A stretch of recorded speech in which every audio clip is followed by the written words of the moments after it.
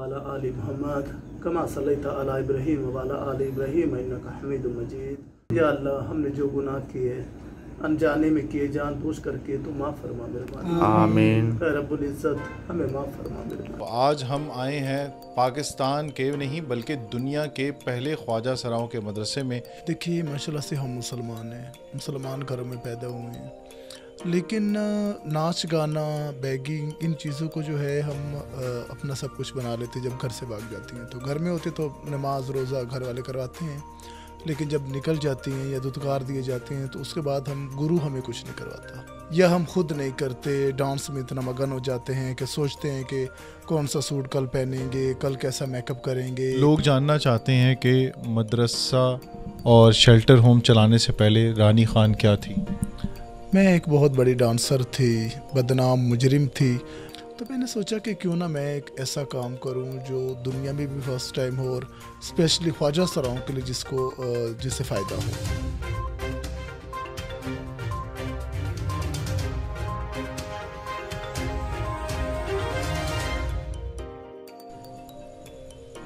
अस्सलाम वालेकुम जी, मैं हूं नुमान मकसूद और आप देख रहे हैं वॉइस ऑफ उर्दू। आज हम आए हैं पाकिस्तान के नहीं बल्कि दुनिया के पहले ख्वाजा सराओं के मदरसे में, जिसे चला रही हैं रानी खान। और इस मदरसे में बड़ी तादाद में ख्वाजा सरा मौजूद हैं जो इस वक्त इबादत करने के साथ साथ बहुत सारे ऐसे काम हैं जो नाच गाने को छोड़ने के बाद और गदागरी को छोड़ने के बाद रानी खान की वजह से यहाँ पर मौजूद हैं और अपनी जो ज़िंदगी है वो वक्फ़ कर दी है इबादत के लिए, अल्लाह ताला की इबादत के लिए।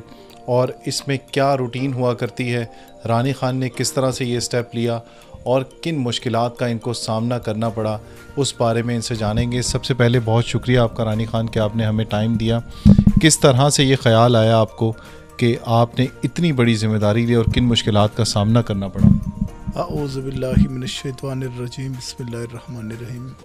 देखिए माशाल्लाह से हम मुसलमान हैं, मुसलमान घरों में पैदा हुए हैं, लेकिन नाच गाना बैगिंग इन चीज़ों को जो है हम अपना सब कुछ बना लेते जब घर से भाग जाती हैं। तो घर में होते तो नमाज रोज़ा घर वाले करवाते हैं, लेकिन जब निकल जाती हैं या दुत्कार दिए जाते हैं तो उसके बाद हम गुरु हमें कुछ नहीं करवाता, या हम खुद नहीं करते। डांस में इतना मगन हो जाते हैं कि सोचते हैं कि कौन सा सूट कल पहनेंगे, कल कैसा मेकअप करेंगे, जो है वो अपनी केयर करते हैं, ये इस चीज़ की तरफ नहीं आते। तो मैंने सोचा कि क्यों ना मैं एक ऐसा काम करूं जो दुनिया में भी फर्स्ट टाइम हो और स्पेशली ख्वाजा सराओं के लिए जिससे फ़ायदा हो। तो मैंने सर्च करना शुरू किया, लोगों ने तंजीमें बनाई है ख्वाजा सराओं में, लेकिन मदारिस कहीं नहीं था। तो मैंने कहा चले, मैं जब पढ़ी हुई तो मैं ये मदारिस मैं ही खोल लेती हूँ। तो माशाल्लाह से फिर हमने मदारिस खोला और हमारा मकसद ये है कि हम तमाम ख्वाजा सराओं को दुनिया और आखिरत दोनों के साथ लेकर चले। रानी ये बताइएगा कि जब आपने ये शुरू किया तो किन मुश्किलात का सामना आपको करना पड़ा और कितनी तादाद थी ख्वाजा सराओं की जो आपके साथ थी, और अब कितनी तादाद में मौजूद हैं। माशाल्लाह से मैं भी देख रहा हूँ कि बड़ी तादाद में ख्वाजा सरा यहाँ पर आते हैं और 5 वक्त की नमाज़ पढ़ते हैं और इबादत करते हैं। माशाल्लाह से अब तो काफ़ी है। देखिए जब आप स्टैंड करते हैं तो उस वक़्त आपके साथ लोग बहुत कम होते हैं, फिर ख्वाजा सराओं में वो भी मदारिस, इस चीज़ में तो बिल्कुल ही सिर्फ हम 2 लोग थे। 2 लोगों से मैंने स्टैंड लिया और काफ़ी मुश्किलात का सामना करना पड़ा, काफ़ी तनकीद उठानी पड़ी मुझे, काफ़ी मुझ पर लोगों ने गाली गलोच भी की, काफ़ी तंज़े भी की, लेकिन अल्हम्दुलिल्लाह आज देखिए अपने पैरों पर स्टैंड हो चुकी हूँ मैं। और मैं समझती हूँ कि हर गम के बाद खुशी है और तनकीद के बाद अल्लाह पाक आपको जो है वो खुशी भी अता करता है। देखिए ये एक दीन का मामला है, तनकीद मुझ पे आज भी हो रही है। अगर मैं ये कहूँ कि मुझ पे आज तनकीद नहीं है तो ये गलत है, शायद पहले से ज़्यादा हो रही हो, लेकिन जब अगर एक गुनाह किया आपने उसके माफ़ी मांगे तो दिल से मांगे, दोबारा वो गुनाह की तरफ ना जाए। तो मैंने दिल से माफ़ी मांगी है, बस चलती रहूँगी अब मैं इंशाल्लाह। ये बताइएगा रानी कि मैंने देखा कि यहाँ पर जो ख्वाजा सरा हैं वो एक रूटीन बनी हुई है, उस रूटीन को किस तरह से मैनेज किया आपने, और वैसे क्या जो है वो टाइम टेबल आपने बनाया कि तमाम ख्वाजा सरा जो हैं वो बिल्कुल उस रूटीन के मुताबिक चल रहे हैं? हमने जो है 5 वक्त की नमाज़ स्टार्ट की हुई है माशाल्लाह से पहले हम जो है अपनी अपनी नमाज़ें पढ़ती थी, अब हम इमाम मस्जिद है हमारा, अब माशाल्लाह से हम बाजमात नमाज अदा करते हैं। तो हम ज़ोहर की नमाज के लिए जो है वो 8-10 लोग होते हैं।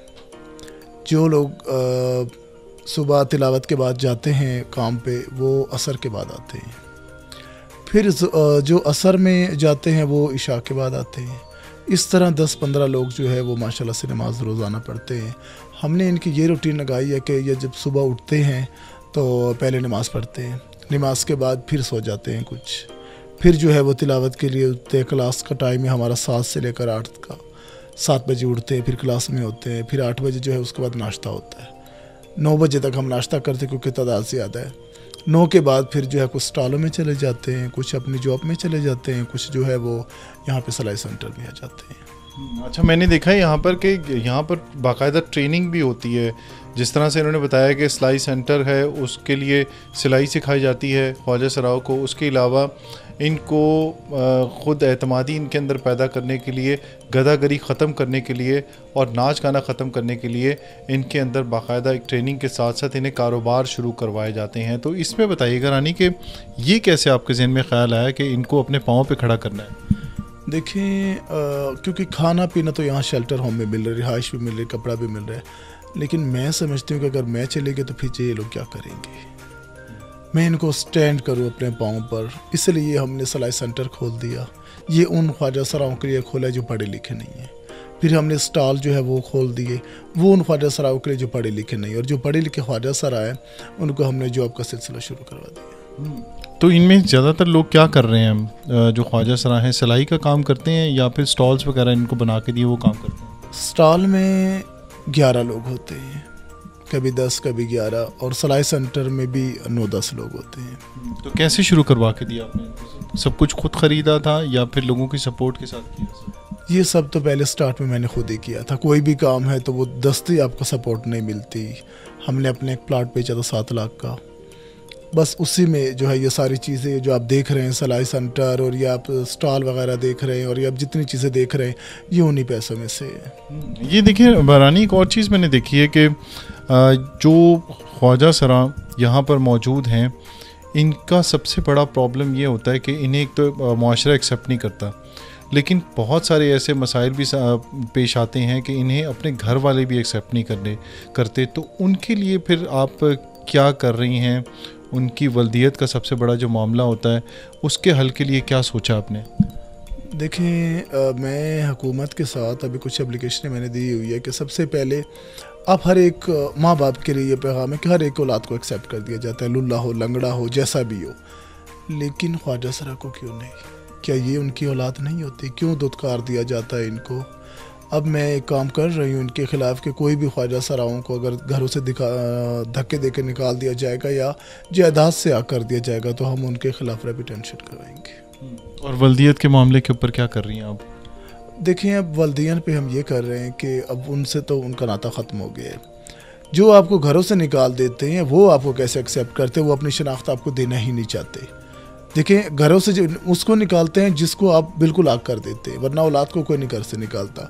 फिर उसके लिए हमने खुद ही नादरा में मैंने खुद को रजिस्टर्ड करवा के हैज़ा एक वालदैन के तौर पर इनको शनाख्त दी।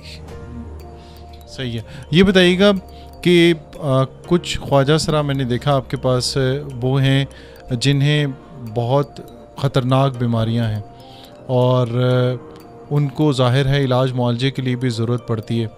तो वो स्टेप आपने कैसे लिया? जैसे HIV के पेशेंट्स होते हैं ख्वाजा सरा, हेपेटाइटिस C और दीगर जो मौलिक बीमारियां हैं उनका सामना कर रहे होते हैं और उन्हें जो है वो माशरे में रहना भी इनके लिए मुश्किल होता है। तो उसके लिए क्या कर रही हैं? उनके लिए हमने अलग सेंटर बनाया हुआ है और मेडिसिन उनको लेकर दी है, टेस्ट वगैरह भी उनके करते हैं। बस जी रहे हैं बेचारे, लेकिन अल्हम्दुलिल्लाह जो पहले जीते थे ये अब वो नहीं है। खुशबाश अपनी तिलावत करते हैं, अपनी नमाज़ें पढ़ते हैं और इनमें हमें जो बाहर ममालिक के कुछ लोग हैं जो सपोर्ट करते हैं हमें। आपकी मोमो है, उनकी वालदा की तबीयत ख़राब है, अल्लाह पाक उनको सेहत जैसे अजीम नेमत दे। और आपकी तस्लीम है और एक और भाई है न्यूयॉर्क से जिनका मुझे नाम नहीं आता लेकिन वो भी बहुत अच्छा है, हमें सपोर्ट करते। एक बाजी नीदा है, बस ये कुछ लोग ही हैं जो हमें सपोर्ट करते हैं। बाकी हमारा जो मेरी अपनी आमदनी थी वो तो तकरीबन ख़त्म हो चुकी है। ये बताइएगा कि जो सिलाई करते हैं आप लोग यहाँ पर, और ख्वाजा सरा मैंने देखा कि वो बड़े शौक़ से काम कर रहे होते हैं यहाँ पर, तो वो सिलाई कढ़ाई का जो काम होता है वो यहाँ के आसपास के लोग करवाते हैं या फिर आप आपस में ही जो ख्वाजा सरा हैं वो काम लेकर आते हैं? देखिए, हमारा क्योंकि नया नया काम है तो इतना काम नहीं होता। ख्वाजा सरा भी करवाते हैं, आसपास के लोग भी करवाते हैं। इतना है होता है कि उनकी जेब खर्चियाँ निकल आती हैं। हुकूमत ने कितना एक्सेप्ट किया आपके मदरसे को और आपके इस कॉज को?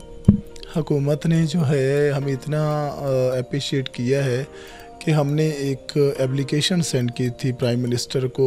50 लाख घरों का वो हाउसिंग स्कीम का जो उन्होंने एक काम स्टार्ट किया हुआ था, मुझे नहीं पता कहाँ तक वो पहुँचे। तो मेरी सिर्फ ये डिमांड थी कि आप हमें एक 5 मरले की जगह लेकर दे दे हाउसिंग स्कीम के तहत। जो मेरा घर नहीं होगा, घर नहीं होगा, वो एक मदारिस होगा। हुकूमतें रहें न रहें, सदारतें रहें न रहें, वो हमेशा कायम रहेगा। लोग जानना चाहते हैं कि मदरसा और शेल्टर होम चलाने से पहले रानी खान क्या थी? मैं एक बहुत बड़ी डांसर थी, बदनाम मुजरिम थी। मैं एक बहुत बड़ी मेकअप आर्टिस्ट थी। तो वो जमा पूंजी जितनी थी वो सारी की सारी आपने इन लोगों पर लगा दी या फिर अपने लिए भी कुछ सेव किया? मैंने कुछ भी नहीं सेव किया। मैं समझती हूँ कि मेरे लिए अल्लाह ही सब कुछ है।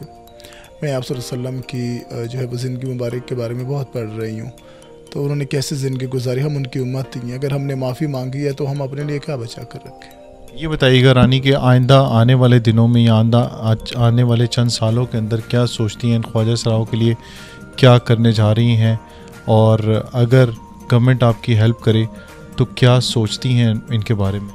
देखिए, मैं सबसे पहले तो यहाँ पे एक मदरसा बनाना चाहती हूँ प्लाट लेकर के। मैं चाहती हूँ कि हुकूमत हमारा इसमें साथ दे, और फिर उसके बाद इंशाल्लाह आहिस्ता आहिस्ता हम दीगर शहरों में भी इस चीज़ को बढ़ाएंगे, ताकि हर शहर में मदारिस हो, हर शहर में शेल्टर होम हो, हर ख्वाजा सरा के हर शहर में हर ख्वाजा सराओं के लिए इबादत गाह है। बहुत सारी बातें करनी थी रानी से, लेकिन अब वक्त कम होने की वजह से हम इजाज़त लेना चाहेंगे। लेकिन जिस कॉज को इस वक्त रानी लेकर चल रही हैं, इन्हें आप जैसे बहुत सारे लोगों की ज़रूरत है, क्योंकि एक नेक काम है जिसमें इनको आप जैसे लोगों की बहुत सपोर्ट की ज़रूरत है। सिलाई सेंटर यहाँ पर चल रहा है, मदरसा यहाँ पर है, और सबसे बड़ी बात यह है कि यहाँ पर कोई फ़िरका नहीं है। रानी का ये कहना है कि चाहे किसी भी फ़िरके से किसी का ताल्लुक़ हो, वो इस मदरसे का हिस्सा है और रानी उसे एक्सेप्ट करेंगी। चाहे दुनिया के किसी भी कोने से, मुल्क के किसी भी कोने से यहाँ पर कोई आएगा तो रानी उसे एक्सेप्ट करेंगी और यहाँ पर इस शेल्टर होम का हिस्सा बनाने के लिए तैयार हैं, और इन्हें बहुत सारी सपोर्ट की ज़रूरत है। रानी से मुतल्लिक अगर आप मज़ीद जानना चाहते हो तो इस चैनल की इस वीडियो से नीचे जो कमेंट है वो कीजिएगा ज़रूर, ताकि रानी आपसे रब्ता कर सकें और आपके सवालों के जवाबात दे सकें। वीडियो आपको कैसे लगी इससे मुतल्लिक हमें ज़रूर आगाह कीजिएगा। आइंदा आने वाली वीडियो से मुतल्लिक मालूमात जानने के लिए या वीडियोस देखने के लिए चैनल को सब्सक्राइब करने के साथ साथ बेल का आइकन ज़रूर दबाइएगा। और इनसे मुतल्लिक बहुत सारे जो सवालात हमने करने थे वो भी अगली वीडियो तक रहेंगे, और आपके कमेंट्स जो हैं उनसे मुतल्लिक भी आइंदा ज़रूर कोशिश करेंगे कि रानी के पास हम आएँ और इनसे बहुत सारी बातें करें। अगली वीडियो तक हमें दीजिए इजाज़त। अल्लाह हाफ़िज़।